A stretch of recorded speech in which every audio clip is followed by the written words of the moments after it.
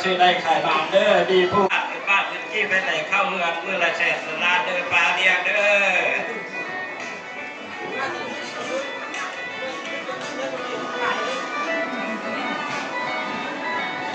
เอาโจกลองได้บ้านนะมันชวนจะน้อยยังหลายอยู่เนาะยังหลายคนอยู่โจกลองได้ใส่ทุกอย่างไป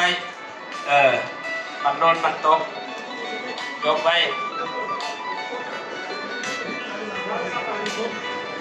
น้อยพุ่นทงกับบอลบ้าน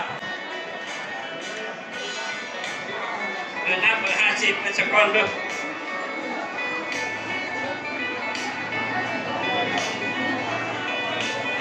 นี่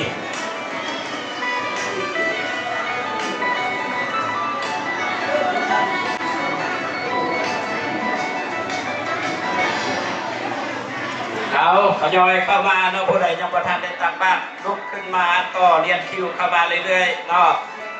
เพราะว่าเข้าใจว่ากินวันทานก็ยอดก็กระสุนพี่น้องเอ้ยเนาะ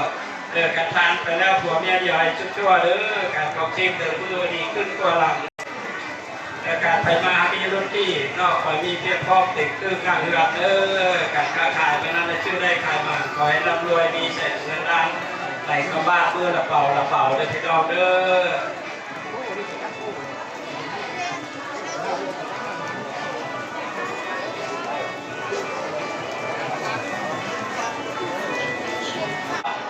ชาวบ้าน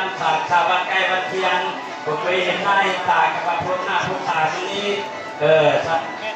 ผู้เชื่อปฏิความสมัคคีฮักแพงกันในมื้อนี้เนาะเป็นมื้อบุญเนาะจึงชาติกับขอกระบอกกระใจหลายบ้านหลายเมืองหลายหลายน้องที่นำมาร่วมสิ่งร่วมทานเนาะการประทานไปแล้ว